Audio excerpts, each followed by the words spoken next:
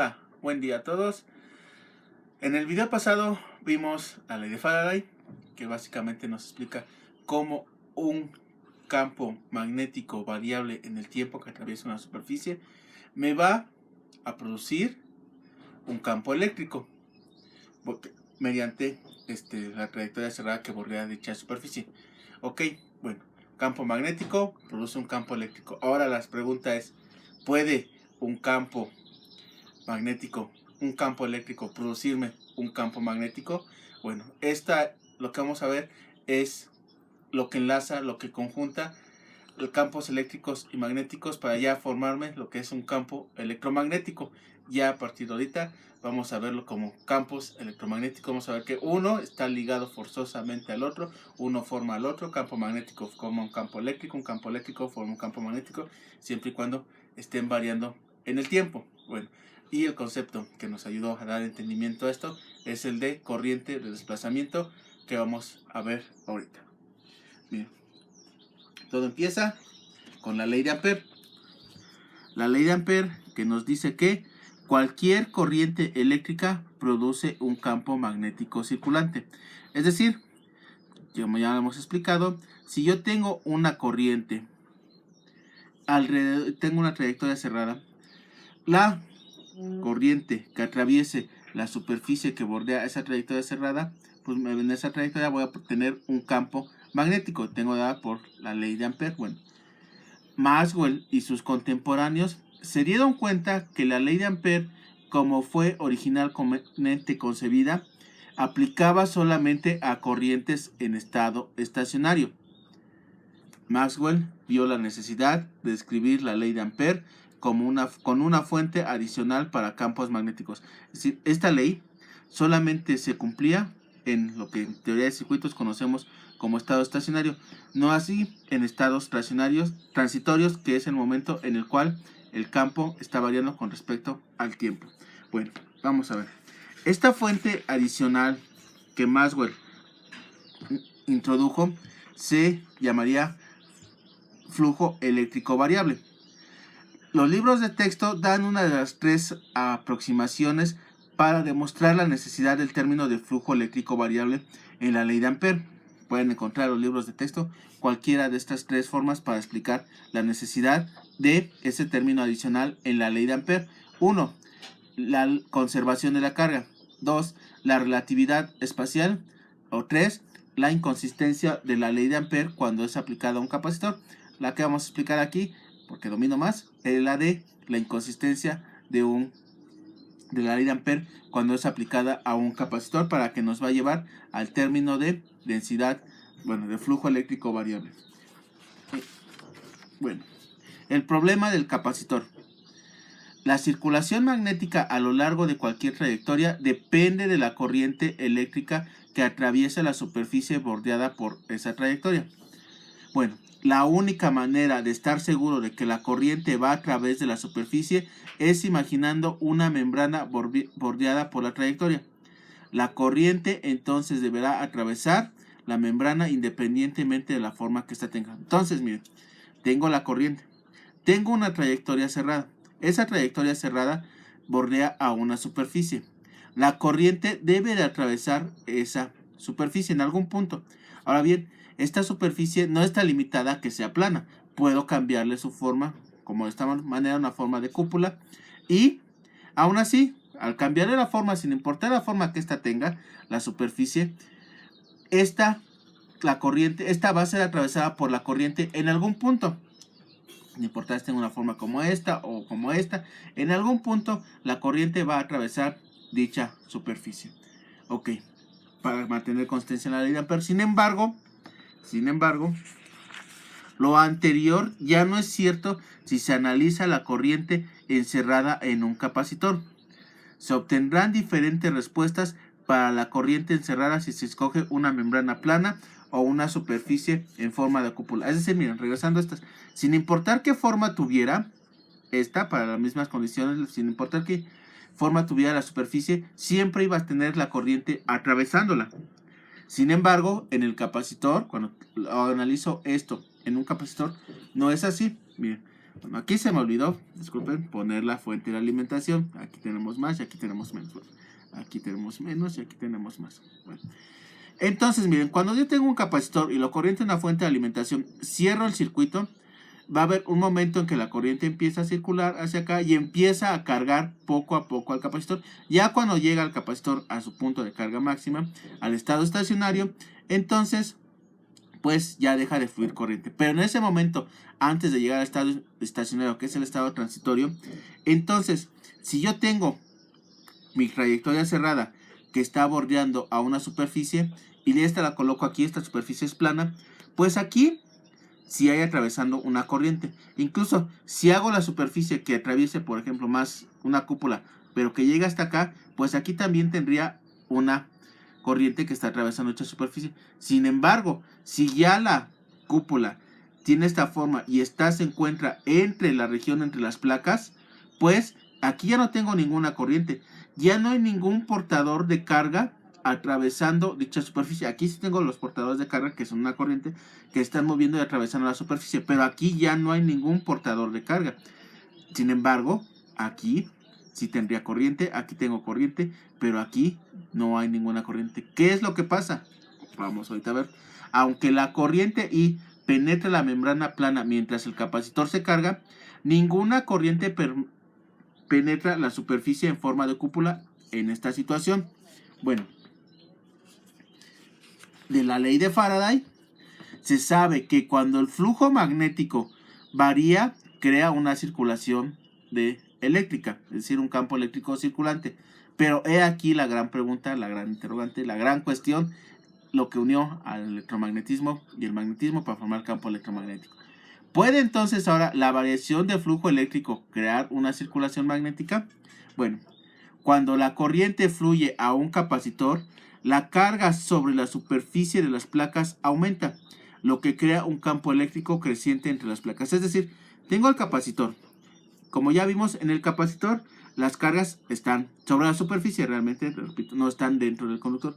Todas están sobre la superficie del conductor, cargas positivas, cargas negativas. En un instante de tiempo, uno, llamémosle, pues tengo una pequeña cantidad de carga con sus respectivas líneas de flujo eléctrico que van de positivo a negativo. En otro instante de tiempo más, tiempo T2, pues ya aumentó quizás un poco la carga y por lo tanto también ha aumentado la cantidad de líneas de flujo magnético, de flujo eléctrico que tengo yo aquí. En otro instante de tiempo, a lo mejor ya muy próximo a que el capacitor a su carga total, tengo ya más carga en las placas y las líneas de campo eléctrico han aumentado. Es decir, lo que está variando aquí, vean, en diferentes instantes de tiempo, antes de que el capacitor llegue a su carga máxima, es el flujo en ese estado transitorio. Va de poco flujo, más flujo, hasta llegar a su máxima capacidad en el flujo. Bueno, y lo que tengo es carga acumulándose sobre las placas. Tengo carga acumulándose sobre la superficie de las placas. El capacitor se carga. El campo eléctrico entre las placas está cambiando con el tiempo. Es decir, miren, viéndolo de esta manera, aquí tengo las placas, tengo la carga sobre la superficie y tengo una densidad de flujo y tengo mi trayectoria cerrada y mi superficie que bordea esta trayectoria, que forma de cúpula. ¿Qué es lo que está atravesando a esta superficie?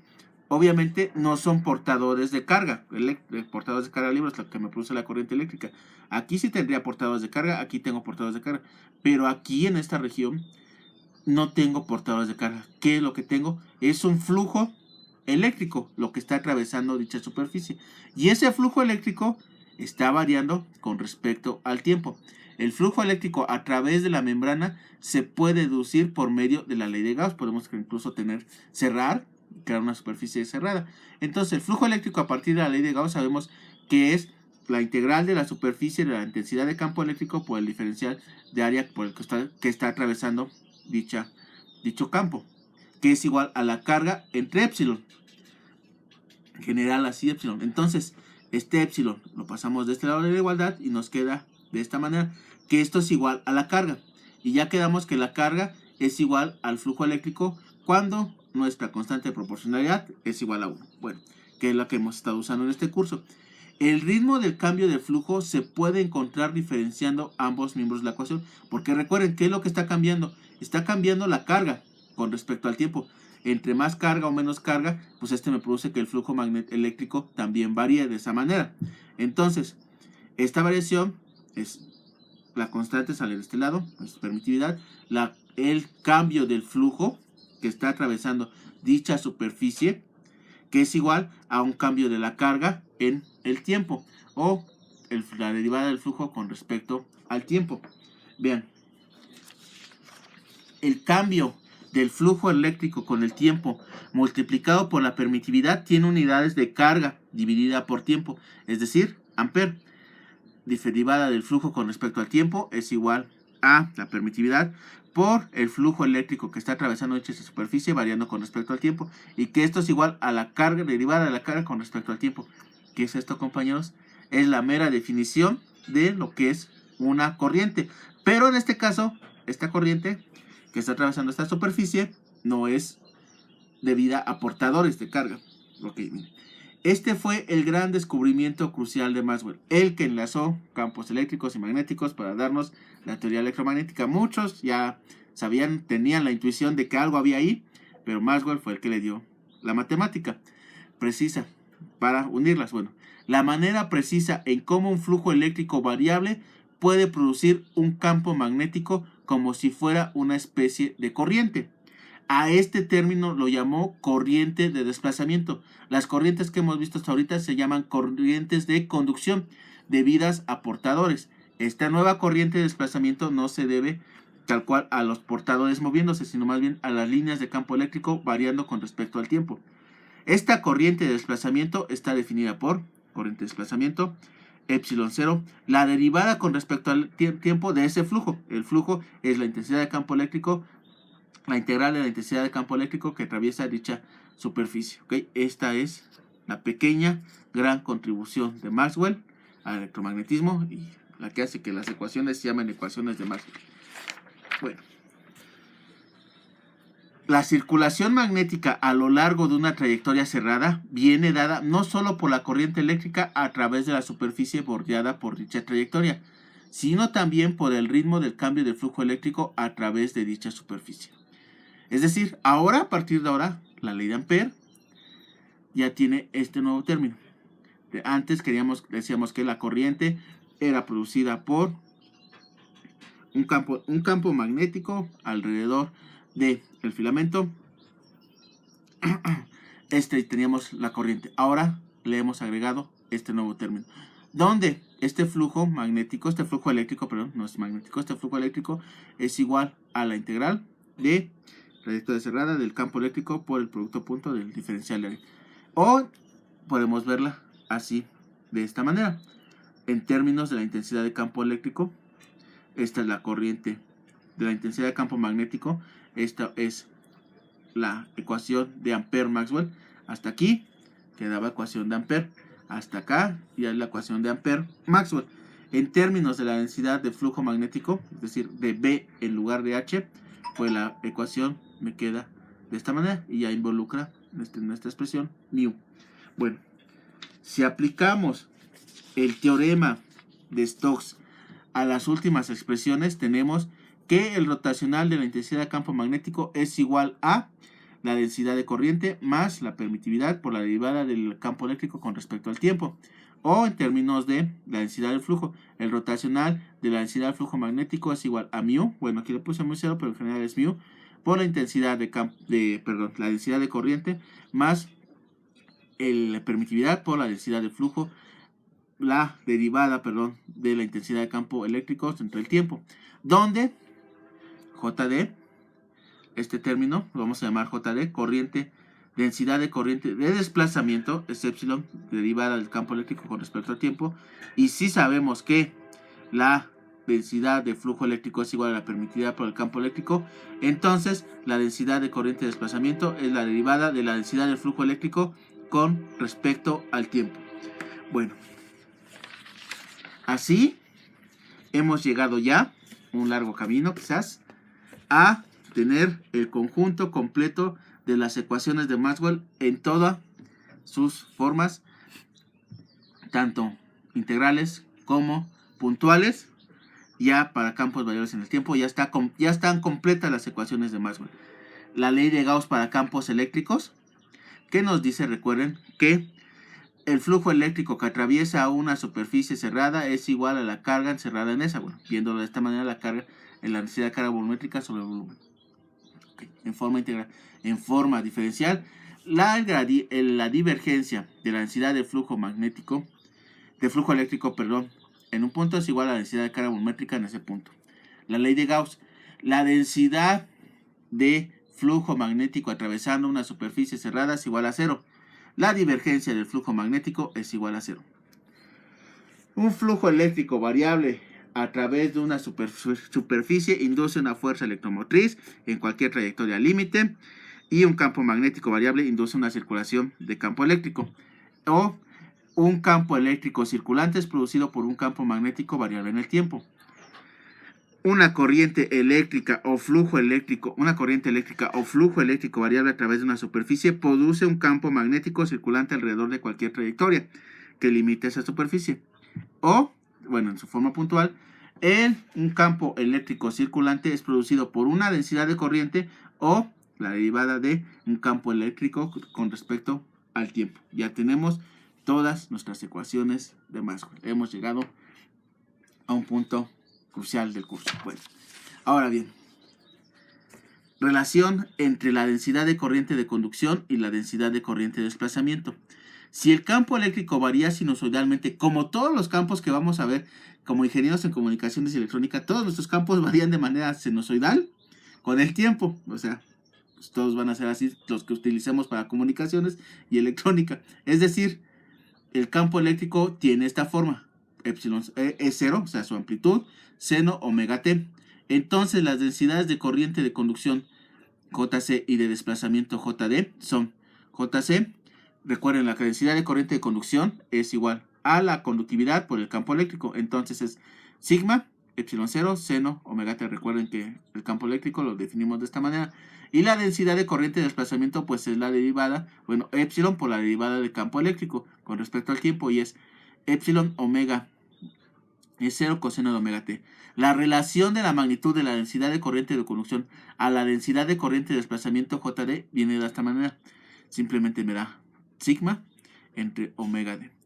Ok, miren, a partir de estas expresiones vemos que en omega t, cuando esta es igual a 0 grados, la densidad de corriente de conducción es 0, mientras la densidad de corriente de desplazamiento es máxima. En omega t igual a 90 grados, la densidad de corriente de conducción es máxima, mientras que la densidad de corriente de desplazamiento es 0. La corriente de desplazamiento se vuelve más importante cuando la frecuencia aumenta. Ya regresaremos a esto, ahorita nada más lo mencionamos, pero ya regresaremos más y ahondaremos más en estos temas con corrientes de desplazamiento y demás, pero ahorita lo dejamos aquí, ya ahondaremos más en eso en los próximos videos. Bueno, hagamos un par de ejemplos. Miren, tengo una fuente de voltaje igual a 20 seno 314 3 volts. Es aplicada a través de las placas de un capacitor de placas paralelas. El área de las placas y la separación entre las placas son 6 centímetros cuadrados y 2 milímetros respectivamente. O sea, el área y la separación. Determine la corriente de desplazamiento ID y la densidad de corriente de desplazamiento si la permitividad relativa es igual a 3. Bueno, solución. La corriente de desplazamiento ID se define como esta. La acabamos de ver. Corriente de desplazamiento, epsilon 0, la derivada con respecto al tiempo del flujo eléctrico que está atravesando una superficie. Esto me lleva a que la corriente de desplazamiento sea igual a la derivada con respecto al tiempo de la densidad de flujo eléctrico que atraviesa la superficie. Bueno, si yo sé que la integral de superficie de un flujo eléctrico que atraviesa una superficie es igual a la carga, por lo tanto, la corriente de desplazamiento es igual a la derivada de la carga con respecto al tiempo. Bueno, lo que habíamos visto. En un capacitor, la carga es igual a la capacitancia por la diferencia potencial entre las placas. Entonces, la corriente de desplazamiento es igual a la carga por el voltaje, bueno, derivada con respecto al tiempo. Perdón, la capacitancia, ¿cuál carga? La capacitancia con el voltaje con respecto al tiempo. Bueno, si la capacitancia en función de las propiedades físicas de del capacitor es epsilon, la superficie y la separación que hay entre las placas. Esto implica entonces que ahora la corriente de desplazamiento es epsilon, la superficie entre la distancia, la derivada con respecto al tiempo de la diferencia de potencial. Entonces ahora sí, la corriente de desplazamiento 3 epsilon 0, esto es epsilon, conjunto, por la superficie que estaba en centímetros, aquí la tenemos en metros, nos da por 10 al más 4 metros cuadrados, y la separación que tengo en ella, 0.02 metros. La derivada de la diferencia de potencial de 200 seno 314 de t, y entonces aplicamos la derivada, 20 coseno de 314 t, por todo esto, nada más bajamos, y me da 5, hacemos esta división, división y multiplicación, 5.0043 por 10 a la menos 8 coseno de 314 t amperes. Esto es igual a 50, 0.483 por 10 a la menos 9, para dejarlo en términos de múltiplos de menos 3, 9 y eso, de base 3, coseno de 314 t amperes. Ya tengo la corriente de desplazamiento. Ahora bien, el valor de la densidad de corriente de desplazamiento es, pues, la densidad de corriente de desplazamiento es la corriente entre la superficie. La corriente la acabo de obtener, la superficie me la está dando el problema, y entonces la corriente de desplazamiento es este valor en amperes sobre metro cuadrado. Último problema. Un conductor de sección transversal circular de radio igual a 1.5 milímetros porta una corriente IC igual a 5.5 seno de 4 por 10 a la 10 t microamperes. ¿Cuál es la amplitud de la densidad de corriente de desplazamiento si la conductividad es igual a 3.5 por 10 a la 7 Siemens sobre metros y la permitividad relativa es igual a 1? De la relación densidad de corriente de conducción entre la de desplazamiento, que es igual a sigma entre omega por epsilon, entonces la de desplazamiento es igual a la de conducción, omega, epsilon entre sigma. Entonces, y yo sé que la corriente de conducción es igual a la corriente, perdón, la densidad de corriente de conducción es igual a la corriente de conducción entre la superficie. Corriente de conducción, me está dando el problema. La superficie, pues, no me está dando que sea el problema, pero es pi por radio al cuadrado. Que tengo aquí, entonces me da esta corriente de conducción, densidad de corriente de conducción. Bueno, entonces, omega es igual a 4 por 10 a la 10, a partir de lo que vemos en esta expresión, y epsilon es igual a 1 por epsilon 0. Entonces, la corriente de desplazamiento es igual a esta corriente de conducción multiplicada por omega, multiplicada por epsilon, entre la conductividad que me da el problema. Hacemos la operación, 7.85 por 10 a la menos 9 seno 4 por 10 a la 10 t amperes sobre metros cuadrados. Me pide la amplitud. ¿Cuál es la amplitud, compañeros? Pues la amplitud es esta, ¿no? Si sabemos funciones trigonométricas, la amplitud de esta función seno coseno es esta, 7.8735 por 10 a la menos 9 amperes sobre metros cuadrados. Bueno, con esto terminamos la sesión del día de hoy, el video de ahorita. Nos vemos en el próximo video. Hasta luego.